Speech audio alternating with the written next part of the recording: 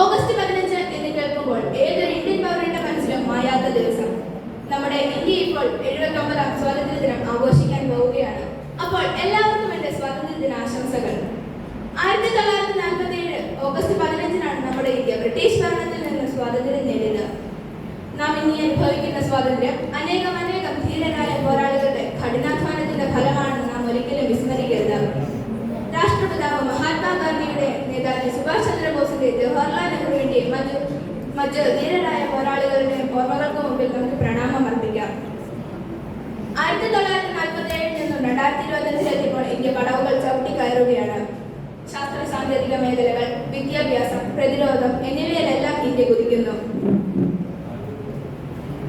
എന്നാൽ ഇന്ന് കൊലപാതകങ്ങളും സ്ത്രീ പീഡനങ്ങളും സ്ത്രീധന മരണങ്ങളും ഒരു തുടർക്കഥയായി മാറിക്കൊണ്ടിരിക്കുന്നു. എന്നിരുന്നാലും പ്രതീക്ഷയ്ക്ക് വകയുണ്ട്. കഴിഞ്ഞ വെള്ളപ്പൊക്കത്തിൽ ജനങ്ങളും സന്നദ്ധ പ്രവർത്തകരും കയ്യും മെയ്യും മറന്ന് സന്നദ്ധ പ്രവർത്തനങ്ങളിൽ ഏർപ്പെട്ടു.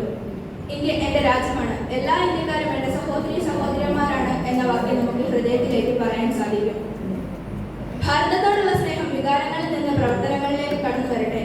എല്ലാവർക്കും ഒരിക്കൽ കൂടി എന്റെ സ്വാതന്ത്ര്യ ദിനാശംസകൾ നേർന്നുകൊണ്ട് ഞാൻ നിർത്തുന്നു. നന്ദി, നമസ്കാരം.